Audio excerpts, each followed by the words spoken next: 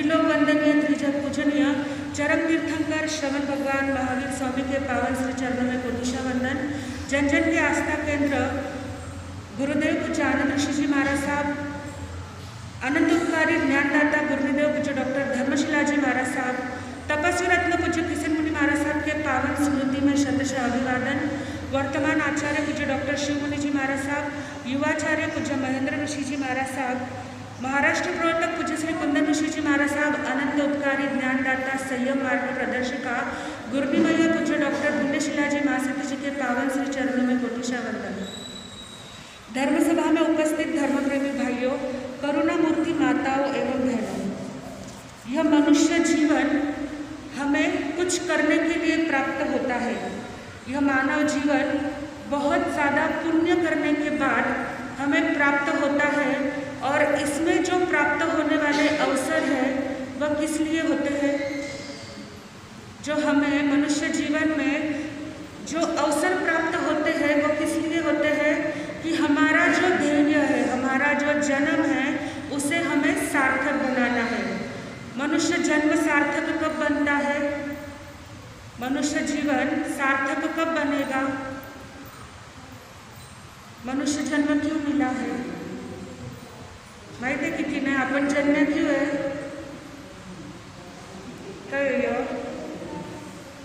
किनेच नहीं मालूम? माँ बाप ने जन्म दिया और जन्म गया, ऐसे ही क्या? क्यों जन्मे हैं हम?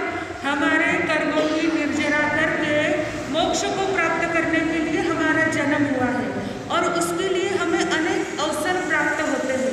लेकिन क्या हम उन अवसर का लाभ उठाते हैं? क्या हम उस अवसर का लाभ उठाते हैं क्या? हाँ कि नहीं? आगे आया जी का तो उठावे से नहीं आया वाली बात है ना। जो अवसर नहीं उठाते हैं, जो नहीं आए हैं, यहाँ पर आए वो तो हर कोई अवसर उठा ही रहा है। अवसर को इंग्लिश में क्या बोलते हैं? आज हमारा कौन सा लेटर है? कल हमने क्या किया था? नेगेटिविटी, एन पर विचार किया था। आज का हमारा लेटर है ओ और अवसर को इंग्लिश में क्या बोलते हैं? ओ पर से अपॉर्चुनिटी। अपॉर्चुनिटी यह हमारे जीवन में हर समय मिलता है। इस धरती पर आने वाले इंसान को सेम अपॉर्चुनिटी मिलती है, लेकिन अपॉर्चुनिटी को हम जानते हैं क्या? 4 प्रकार की अपॉर्चुनिटी होती है। एक अपॉर्चुनिटी मिलना, दूसरा अपॉर्चुनिटी को का लाभ उठाना, तीसरी है अपॉर्चुनिटी जो प्राप्त हुई है उसे खो देना और चौथा अपॉर्चुनिटी का वेट करना, यानी अवसर का इंतज़ार करना। अपने आप को चेक करना है कि हम क्या करते हैं। हमें जो अपॉर्चुनिटी मिली है उसका हम लाभ उठा रहे हैं, उसे खो रहे हैं, या अवसर जो मिलेगा उसका वेट कर रहे हैं। एक बाप था, उनको 3 बेटे थे। अपने तीनों बेटों को अपने पिता ने 50-50 हज़ार रुपये दे दिए और तीनों बेटों से कहा कि ये 50 हज़ार रुपये लो और अपना व्यवसाय, अपना व्यापार शुरू करो। पर एक बात याद रखना कि मुझे आपको जो देना था वो मैंने दे चुका। अब इन पैसे से आप उसका बेनिफिट करोगे, प्रॉफिट करोगे, लॉस करोगे, यह सब आपकी जिम्मेदारी रहेगी। मुझे आपको जो देना था वो दे दिया। अब तीनों बेटों ने 50-50 हज़ार रुपये लिए और वहाँ से निकल गए। पहला बेटा सोचता है इतने महंगाई के ज़माने में 50 हज़ार से क्या होने वाला है? कोई बिजनेस शुरू होता है क्या 50 हज़ार से? कम से कम लाख, 1.5 लाख, 2 लाख रुपए हो तो कुछ अच्छा बिजनेस शुरू हो सकता है। तो पहले वाले बेटे ने सोचा मैं शॉर्टकट से पैसे कमा लेता हूँ। और शॉर्टकट कौन सा होता है? झट से पैसे वाला बनना हो तो कई करना, जुआ खेलना, शेयर मार्केट, ये तो मॉडिफाइड जुआ हो गया है। पहले के ज़माने में जुआ होता था, पैसे लगाओ। ये तो अभी कंप्यूटराइज और किसी शेयर पर पैसे लगाओ। ये जुआ भी, ये जो शेयर बाजार है वो मॉडर्न टाइप का है। उस बेटे ने सोचा 50 हज़ार के मैं झट से पैसे कमा लूँ, इसलिए वो सीधा जुए के घर में गया। 50,000 के जुए लगाए, सोचा 50 के डबल ट्रिपल कर लूँगा, लेकिन सारे पैसे पानी में चले गए। दूसरे बेटे ने सोचा चलो ठीक है, बहुत बड़ा नहीं तो छोटी सी दुकान तो खुल ही सकती है। उसने फर्स्ट मतलब खाने पीने की जो एकदम ज़रूरत चीज़ होती है डे टू डे लाइफ में, जैसे चॉकलेट, बिस्किट, ब्रेड, शक्कर, चाय आदि छोटे छोटे ऐसे परचूरन सामान की छोटी सी दुकान खोल दी और वो अपना जीवन चलाने लग गया। तीसरे बेटे ने सोचा 50,000 तो है मेरे पास, कुछ अच्छा करना है तो पहले कुछ सीखना पड़ेगा।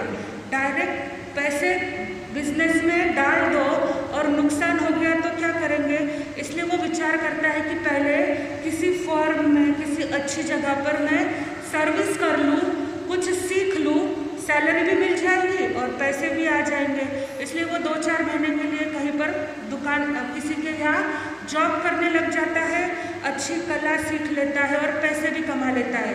पिता के 50,000 रुपये और उसकी सैलरी दोनों मिलके एक अच्छा सा दुकान तो खोल ही सकता था। उसके बाद 4 महीने के बाद जब वो पूरी तरह ट्रेन हो जाता है तो वो वापस नौकरी छोड़कर अपना बिजनेस खोलने के लिए निकलता है। पिता का नाम तो था ही, उनकी गुडविल और इस तीसरे बेटे का पुरुषार्थ, दोनों मिलकर इतनी अच्छी उसका दुकान चलने लग जाती है। थोड़े ही समय में बहुत बड़ी उसकी दुकान हो जाती है। कुछ समय बीतने के बाद 1 साल के बाद पिता तीनों पुत्रों को वापस बुलाते हैं। तीनों पुत्र आते हैं। पहले वाला तो मुंह लटकाए हुए ही खड़ा था। पिता ने उससे पूछा, मैंने आप लोगों को 50-50 हज़ार रुपये दिए थे, उसका आप लोगों ने क्या किया? तो पहला तो इतना सा मुंह लेके खड़ा था, उसने कहा मेरे भाग्य ने साथ ही नहीं दिया। तो पिता ने पूछा क्यों, क्या हुआ, क्या किया तूने? तो वो बोलता है कि मैंने सोचा 50,000 से क्या बिजनेस खुलेगा ना, इसलिए मैंने सोचा थोड़ा ज़्यादा कमा लूँ, इसलिए मैंने जुआ खेला और सारे पैसे हार गया। मेरे भाग्य ने मेरा साथ छोड़ दिया और मैंने सारे पैसे गंवा दिए। पिता बहुत नाराज़ हो जाते हैं कि इसने तो ज़िंदगी वेस्ट कर दी, कुछ काम का नहीं। दूसरे बेटे से पूछा, तूने 50,000 का क्या किया? बोले कुछ नहीं, छोटी सी दुकान खोली है और चल रहा है, आपकी कृपा से सारा काम चल रहा है। तो पिता ने पूछा लेकिन तुझे क्या प्राप्त हुआ, प्रॉफिट क्या हुआ? बोले कुछ नहीं, खा पी के सुखी हूँ, चल रही है मेरी ज़िंदगी। फिर तीसरे से पूछा गया तो तीसरे ने कहा कि चलो आप खुद ही देख लो क्या हुआ है आपके 50,000 का। पिता साथ में जाते हैं और वो उस दुकान में लेकर जाता है जहाँ पर उसने अपना बिजनेस खोला था। वहाँ पर लाखों का माल दुकान में भरा हुआ है, बहुत सारे ग्राहक खड़े हैं। उस दुकान में पिता और पुत्र पहुँचते हैं। पिता ने पूछा कि ये किसकी दुकान है, ये कहाँ लेके आ गया मुझे? तो पुत्र कहता है ये आपकी ही दुकान है। तो पिता को शौक हो जाता है कि मेरी दुकान है यानी। तो उसने सारी बात समझाई कि आपने मुझे 50,000 रुपये दिए थे, वो मैंने ऐसे ही संभाल के रखे और सोचा कुछ और पैसे कमा लूँ, कुछ सीख लूँ, इसलिए मैंने कुछ समय के लिए नौकरी की। उसके बाद सारे पैसे इकट्ठा करके आपके गुडविल, आपके नाम के अंडर और मेरे पुरुषार्थ से मैंने यह दुकान शुरू की है और आपकी जो नामना है पूरी दुनिया में उसका बेनिफिट मुझे बहुत मिला है और ये आज इतनी बड़ी दुकान यहाँ पर खड़ी हो गई है। ये सारी बात कहने का मतलब इतना ही है कि तीनों पुत्रों को अवसर कैसे मिला था, कैसी अपॉर्चुनिटी थी उनकी। तीनों को 50-50 हज़ार रुपये समान रूप से मिले थे, लेकिन तीनों पुत्रों में से अवसर को पहचान कौन पाया, उसका लाभ किसने उठाया? तीसरे पुत्र ने उसका योग्य लाभ उठाया, दिमाग का इस्तेमाल किया और 50,000 के लाखों और करोड़ों उसने कर लिए। हमारे मनुष्य जीवन में आने के बाद भी हमें अवसर तो सब एक सरीखा मिलता है, मिला है कि नहीं? सबको जन्म मिलता है, सबको समय टाइम सबको सेम मिलता है। उस टाइम को हम कैसा यूज़ करते हैं? अपनी बुद्धि से यूज़ करते हैं, शॉर्टकट में पैसे कमाना है तो जुआ लगाते हैं कि उसका slow and study wins the race, वैसा चलते हैं। जो आराम से समझदारी से चलता है उसे मंजिल प्राप्त होती है। तो जो अवसर हमें मिला है उसे पहचानना हमें सीखना चाहिए।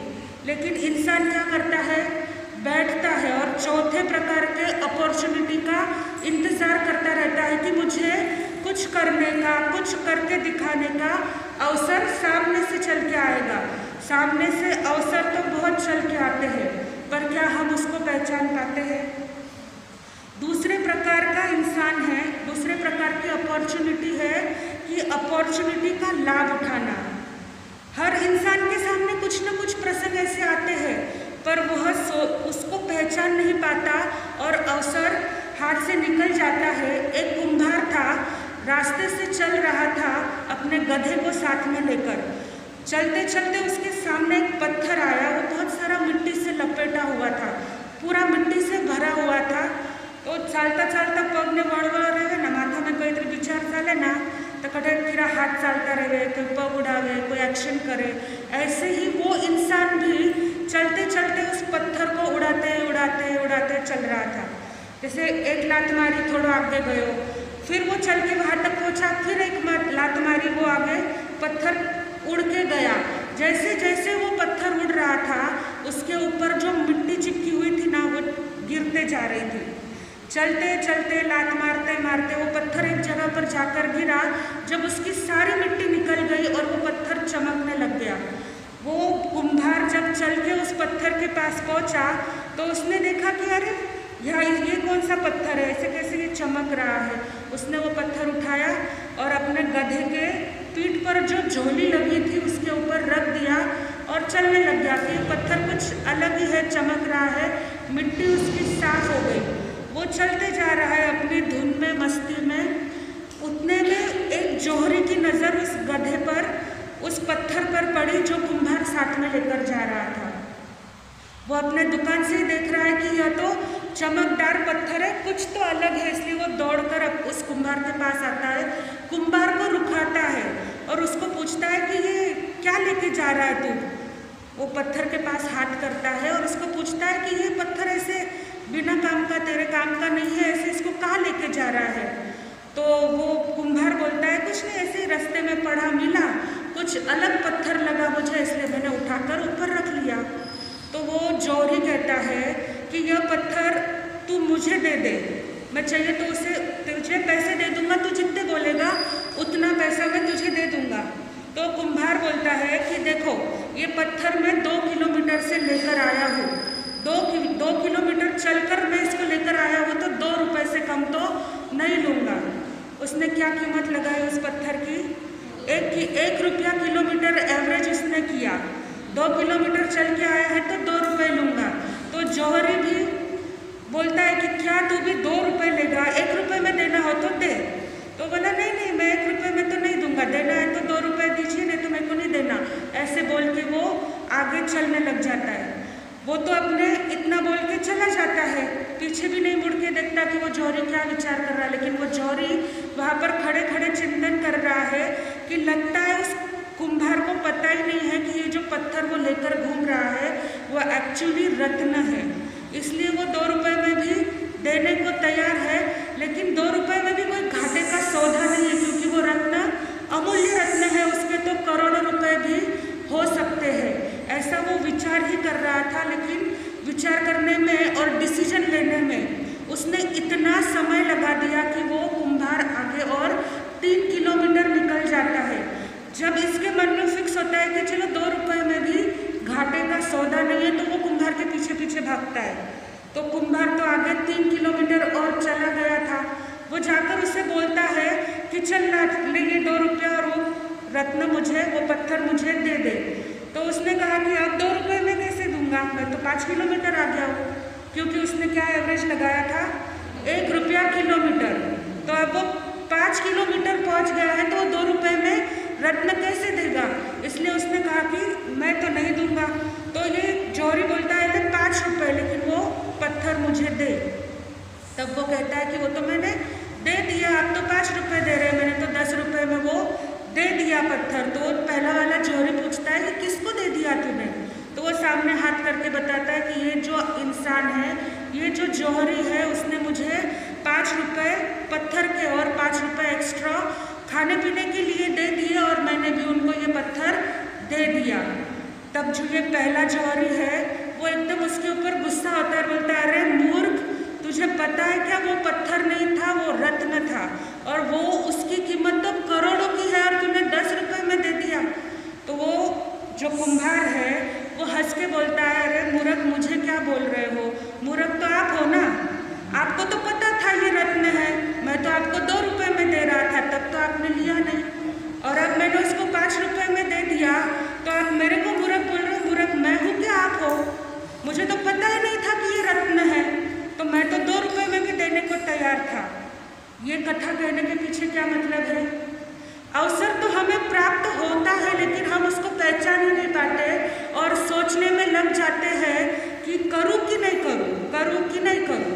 और उस सोच में क्या होता है, जो तीसरा अपॉर्चुनिटी है ना, अपॉर्चुनिटी मिलने के बाद हम उसे खो देते हैं और तो और इतने हमारे भाग्य उजले होते हैं कि हमारे सामने कई बार अपॉर्चुनिटी आती है कि हम कुछ करें धर्म के क्षेत्र में या अन्य सोशल क्षेत्र में, लेकिन सोचने में और उसकी मौज मजा में हम इतना खो जाते हैं कि पता ही नहीं चलता है कि हमारे ज़िंदगी का समय कितना व्यतीत हो रहा है।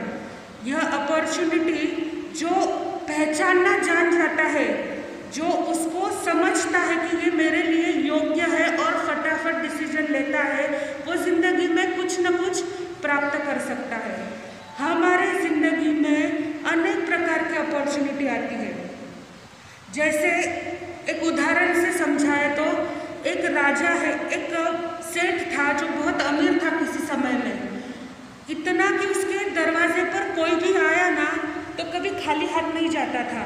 लेकिन अचानक कुछ ऐसा लॉस हो जाता है कि वो खाने पीने के लिए भी मोहताज हो जाता है कि उसके खुद के पेट भरने तक का उसके पास कुछ नहीं होता है और वो ऐसे ही अपनी ज़िंदगी बिताता है। तो एक दिन उसकी पत्नी कहती है कि यहाँ के जो राजा है वो आपके फ्रेंड है, तो क्यों नहीं आप उनको जाकर थोड़ी सी हेल्प मांगे। मुझे पता है कि वो आपको हेल्प करेंगे, लेकिन ये फिर सोचने लग जाता है, ऐसे फटे हाल में मैं राजा के दरबार में कैसे जाऊँ, मुझे कोई राजा को मिलने देगा क्या, ऐसे अनेक सवाल उसके दिमाग में आने लगते हैं। लेकिन बोलते हैं ना, स्त्री हट पूरा किए बिना चलता ही नहीं है। वैसे ही उस इंसान को, उस सेठ को भी अपनी पत्नी की बात माननी ही पड़ी, क्योंकि खाने पीने को ही कुछ नहीं था। जीवन निर्वाह करने के लिए खाना तो पड़ता है ना, जब तक आयुष्य है तब तक शरीर को भाड़ा देना ही पड़ता है। तो वो भी सोचता है एक बार कोशिश करके तो देख लूँ। तो वो जाता है राज दरबार में, जाकर सैनिक से कहता है कि राजा को बोलना कि आपका मित्र, और उसका जो नाम था वो बता देता है कि वो आया है मिलने के लिए। जैसे ही राजा को समाचार मिलता है कि मेरा परम मित्र जो बचपन का फ्रेंड है वो मिलने आया है, तो वो स्वयं राज दरबार में से दरवाजे तक जाता है, उसे मिलता है, गले लगाता है और अंदर लेकर आता है और उसको अपने पास वाले सिंहासन पर बिठाता है। दोनों में अच्छी बातचीत चलती है, खूब देर तक बातचीत करते हैं। उनके बातों से राजा को यह अनुमान लग जाता है कि इसकी परिस्थिति अब एकदम डाउन हो गई है, इसके पास कुछ भी नहीं है। तो वो राजा अपने मित्र से कहता है कि तू चिंता मत कर, मैं तुझे मेरा खजाना खोल देता हूँ, जितना चाहिए उतना तू लेकर जाना, लेकिन शर्त इतनी है कि तेरे पास सिर्फ 3 घंटे है। 3 घंटे में तू जितना ले सकता है उतना यहाँ से लेकर चले जाना। उसने सबसे पहले उसने रत्न का खजाना, जो रत्न का खजाने की रूम थी वो खोल दी। जैसे ही वो रूम खुली, सेठ अंदर गए तो इतना चमकदार पूरा रूम हो रहा था। वो चम चम चम देखकर एकदम उसकी आंखें चमक उठी कि बाप रे कितने रत्न हैं। ऐसे वो पूरे रूम में नज़र घुमाने लग गया तो उसकी नज़र एक कॉर्नर में पड़े कुछ खिलौनों पर पड़ी। वो खिलौने पूरे रत्नों से बने हुए थे। इस सेठ ने सोचा ये रत्न का रूम आज मुझे देखने मिला है, वापस कब देखने मिले पता नहीं, यहाँ जो ये खिलौने हैं ना कुछ देर में उनके साथ खेल लेता हूँ। कैसे अलग अलग टाइप के खिलौने हैं थोड़ा देख लेता हूँ, इसलिए वो देखने के लिए वो खिलौने के पास चला जाता है कि थोड़ी देर में देख लूँगा, जाते वक्त 5-10 रत्न लेकर निकल जाऊँगा, मेरी तो ज़िंदगी पूरी हो जाएगी। ऐसा विचार करके वो रत्न के साथ खेलने लग जाता है और वो रत्न देखने में कैसे बने हैं, कौन से रत्न हैं, इतना उसके अंदर डूब जाता है। उसका ध्यान जब घंटी बजती है ना तब ठिकाने पे आता है कि 3 घंटे बीत गए और उसकी शर्त, राजा की शर्त थी 3 घंटे तक जितना तुमने ले लिया उतना तुम्हारा, नहीं लिया तो वो आपको वैसे ही छोड़ के जाना पड़ेगा। अब वो जैसे ही घंटी बजी उसका एकदम ध्यान खुला कि अरे 3 घंटे तो निकल गए और मैंने तो कुछ भी नहीं लिया। सिपाही आके खड़ा हो गया और बोला चलो 3 घंटे खत्म हो गए, आपको इस रूम से बाहर निकलना पड़ेगा। अब वो बेचारा खाली हाथ रूम से, इतने सारे रत्न होते हुए भी खाली हाथ रूम से बाहर निकल गया। राजा ने देखा कि इसने तो 3 घंटे ऐसे ही वेस्ट कर दिए, तो राजा ने कहा कि ठीक है चल कोई बात नहीं, देखो और एक मौका देता हूँ, कल तो वापस आना, देखो सोने के खजाने में भेजूंगा। शर्त वही थी 3 घंटे में जितना सोना तू ले सकेगा उतना तेरा।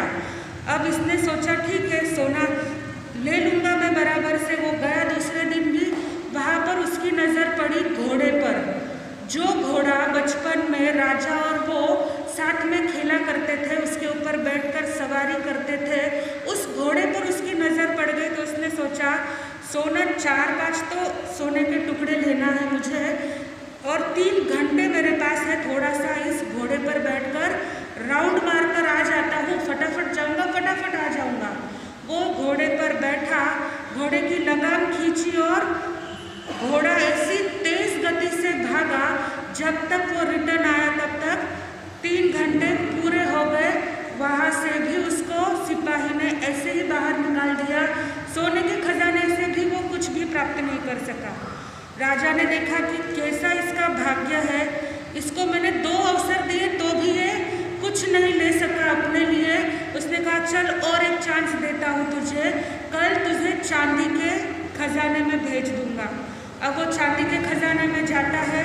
अब चांदी तो सोने जितनी मूल्यवान नहीं होती है, इसलिए वो ज़्यादा थैलियाँ लेकर जाता है, फटाफट सारी थैलियाँ भरता है, क्योंकि 2 बार तो वो चूक गया था, तो तीसरी बार उसको वो चांस छोड़ना नहीं था, इसलिए फटाफट सारी थैलियाँ चांदी से भरता है और दरवाजे के पास निकलने को था कि उसकी नज़र वहाँ पर लटके हुए छल्ले पर पड़ती है। वो छल्ला तो था साधारण, लेकिन उसके नीचे कुछ लिखा हुआ था कि मुझे छूना मत, अगर छूया तो सुलझाना, ऐसे लिखा हुआ था। तो बोलता ऐसे तो क्या है इसमें कि उसको छूना नहीं और छूना तो फिर सुलझाना। तो उसने अपने एक हाथ के थैली नीचे रखी और उस जिसको नहीं बोलते ना, जो चीज़ नहीं करनी होती है वहाँ पे मन जल्दी अट्रैक्ट होता है, तो उसने भी थैली तो नीचे रखी और वो छल्ले को छूने गया। जैसे उसने छल्ला पकड़ा, उसका हाथ उस छल्ले के अंदर फंस गया। अब वो कोशिश कर रहा है हाथ छुड़ाने की, एक हाथ से तो निकलने वाला नहीं था, तो उसने दूसरे हाथ की थैली नीचे रखी और दूसरे हाथ से पहला हाथ निकालने की कोशिश कर रहा है, लेकिन जितना वो निकालने की कोशिश कर रहा है उतना वो ज़्यादा उलझते जा रहा था। ऐसे करते करते भी वो पूरा समय उसका उस छल्ले में से हाथ छुड़ाने के लिए में टाइम उसका 3 घंटा वहाँ पर ही चला जाता है। फिर घंटी बज जाती है, सिपाही आता है और उसको खाली हाथ ही वहाँ से निकलना पड़ता है। तब राजा को बहुत ही दुख होता है कि मैं इसको कितने चांस दे रहा हूँ, लेकिन ये हर बार कहीं ना कहीं किसी न किसी काम में उलझ जाता है और जो उसका कार्य है उसे वो कर ही नहीं पाता। फिर भी उसे राजा को दया आती है कि मेरा परम मित्र है, ये कुछ तो लेके जाए मेरे राज दरबार से, इसलिए उसे बोलता है कि तेरे को एक और लास्ट चांस मैं दे देता हूँ। अब तूने अगर कुछ ले लिया तो तेरा बेड़ा पार है, नहीं तो फिर तुझे तो ऐसे ही ज़िंदगी बितानी पड़ेगी, क्योंकि मेरा भी खजाना खत्म हो जाएगा। तो उसने कहा कि कल तू वापस आना, तुझे तांबे के खजाने में मैं भेजूँगा। अब तांबा तो और ज़्यादा क्वांटिटी में लेना पड़ेगा, इसलिए 20-30 वो सीमेंट की बोरियाँ लेकर जाता है। दूसरे दिन तांबे के खजाने में घुसता है। 3 दिन तो खाली हाथ आना पड़ा। चौथे दिन वो इतना पुरुषार्थ करता है, 40 गोनियाँ उसने तांबे से भर ली और फटाफट पैकिंग कर ली, दोरा वोरा सब लेके गया, सारी के मुंह बांध दिए, पैक कर लिए और अब वो सोचता है कि बाहर निकले, लेकिन झुक झुक के इतनी 40 गोनियाँ उसने भरी, तो जैसे ही वो खड़ा हुआ तो उसकी कमर में बहुत दुखने लग गया। तो वैसे सीधा हुआ कि थोड़ा कमर रिलैक्स करूँ, तो उसकी नज़र पड़ी बिस्तर पे। उसने सोचा आधा घंटा तो मुझे लगा है, ये सारे सामान तांबा भरने में आधा घंटा ही मेरा गया, मेरे पास तो अभी 2.5 घंटा है, 3 घंटे का समय है, 2.5 घंटा है, थोड़ा मैं यहाँ पर रेस्ट कर लूँ। राजा को भी आइडिया थी कि मैं थक जाऊँगा इतना भरते भरते, तो उन्होंने मेरा कितना ध्यान रखा, मेरे को सोने के लिए यहाँ पर बिस्तर भी रखा है और वो थोड़ी देर वहाँ पर सो जाता है और सोने के बाद उसको ऐसी नींद लगती है, नींद में ऐसे खो जाता है कि वो सब कुछ खो देता है। जब उसकी आँख खुलती है तो 3 घंटे समाप्त हुए हैं और उसके सिर पर सिपाही खड़ा है, क्योंकि शर्त थी 3 घंटे में लेकर बाहर निकलना है और 3 घंटे पूर्ण हुए तब तक भी वो गोनियाँ भरकर आराम से सो रहा है। तो क्या हो गया अभी? चौथे ट्राई में भी, चौथे अपॉर्चुनिटी में भी उसको कुछ प्राप्त हुआ। आखिर वो खाली आया था, उसको खाली ही जाना पड़ा। ये पूरी स्टोरी सुनकर आपको कैसे फील हो रहा है? कैसा फील हुआ आपको? बहुत खुशी हुई, बहुत दुख हुआ, बहुत हंसी आई, क्या हो रहा है? कहीं हुई हो? हंसने आया कि दुख हुई हो? आनंद 100% किसी को नहीं होगा, तो क्या हुआ? दुख हुआ। भगवान को भी ऐसे ही दुख होता है, भगवान को भी ऐसे ही दुख होता है कि मैंने मनुष्य को धरती पर भेजा है और मनुष्य की हालत क्या है? 4 अवसर मनुष्य को भगवान ने दिए हैं। पहला है बचपन। बचपन में क्या करते हैं? देखो कहीं करे वो बचपन खेलने में बिता देते हैं। बचपन जो रत्न के समान होता है, उसके अंदर बीजारोपण किया तो कुछ हमें प्राप्त हो सकता है, लेकिन बचपन क्या करते हैं? हम खेल कूद में गवा देते हैं। फिर दूसरा आता है जवानी, जो सुवर्ण के समान होती है, लेकिन जवानी घुड़सवारी के जोश में इधर उधर भागने में, संसार जुटाने में, वैसे ही जवानी भी बेस्ट होती है। चौथा आता है गृहस्थी। संसार जो आप चलाते हैं, बनाते हैं, वो कैसा है? चांदी के समान और चांदी के छल्ले के समान। संसार में घुस गए, कितनी भी कोशिश करो निकलने की, जितना निकलने की कोशिश करते हैं उतना ज़्यादा क्या होता है? संसार में फंसते जाते हैं। और चौथा क्या है? तांबे के समान अवसर हमारा बुढ़ापा, जो क्या होता है? बिस्तर पे ही निकल जाता है, सोए सोए निकल जाता है। वहीं पर कितने ही लोगों का राम नाम सत्य हो जाता है, जिंदगी का चैप्टर दी एंड हो जाता है। तो हमें क्या प्राप्त हुआ? क्या प्राप्त हुआ? भगवान ने हमें भेजा है धरती पर अपनी कर्म निर्जरा करने के लिए, लेकिन हम क्या करते हैं? हम उस अवसर को जानते ही नहीं है, उस अपॉर्चुनिटी को पहचानते ही नहीं है और अपनी जिंदगी को ऐसे ही अवसर की प्रतीक्षा में, जो लास्ट वाला अपना ऑप्शन है ना, प्रतीक्षा करना, अपॉर्चुनिटी का इंतज़ार करना, इंतज़ार ही करते रहते हैं कि मैं कुछ करूँगा, मैं कुछ करूँगा, मैं कुछ करूँगा, और मैं कुछ करूँगा करते करते चौथी स्टेज आ जाती है अपॉर्चुनिटी की, जो है बुढ़ापा। और बुढ़ापे में सब कुछ एंड हो जाता है। इसलिए हमें जो मनुष्य जन्म प्राप्त हुआ है, उसमें जो अपॉर्चुनिटी हमें प्राप्त हुई है, उसे ध्यान में लेना चाहिए। ये अवसर बार बार नहीं मिलता। बहुत पुण्यवानी के बाद हमें मनुष्य जन्म मिलता है, उसमें भी जैन कुल में जन्म मिलता है। और उसमें जैन कुल में जन्म मिलने के बाद चौमासा, ये भी बहुत पुण्यवानी से प्राप्त होता है।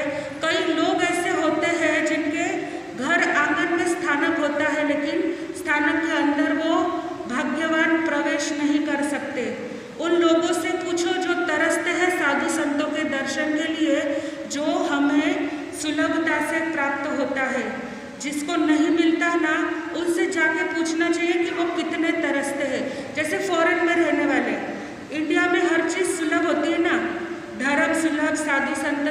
सब कुछ सुलभ होता है, लेकिन फॉरेन में रहने वाले को पूछो, एक एक क्षण के लिए उन्हें कितना दूर दूर जाना पड़ता है।